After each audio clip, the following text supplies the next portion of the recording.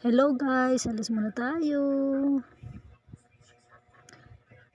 Alam nyo guys, tawang-tawa kami dito dahil yung pinatugtog na music ng anak ko ay parang matutulog ka. Hindi ko alam, nagro-road trip nga pero yung music nakakaantok. Pero alam nyo guys, ito lang man yung oras namin na makalabas. Dahil busy ako sa store, hindi ko masasamahan yung mga bata. Dahil nagyaya sila na kakain daw kami sa labas, kaya ito, road trip muna, ikot-ikot.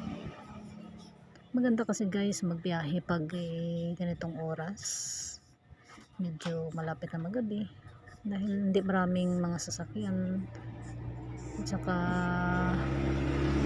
maganda naman yung panahon, hindi naman umulan, kaya napapayag nila akong lumabas. Kahit paminsan-minsan lang guys, pamasyal naman kami kasi hindi lahat ng oras kasi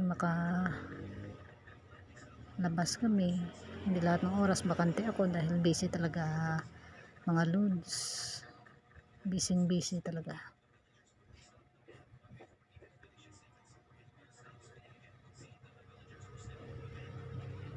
Kaya ngayon pupunta kami ng Rojas, dadaan muna sa mall, mag-ikot-ikot, may bibilhin. Pagkatapos nito diretso na sa Baybay at doon kami kakain.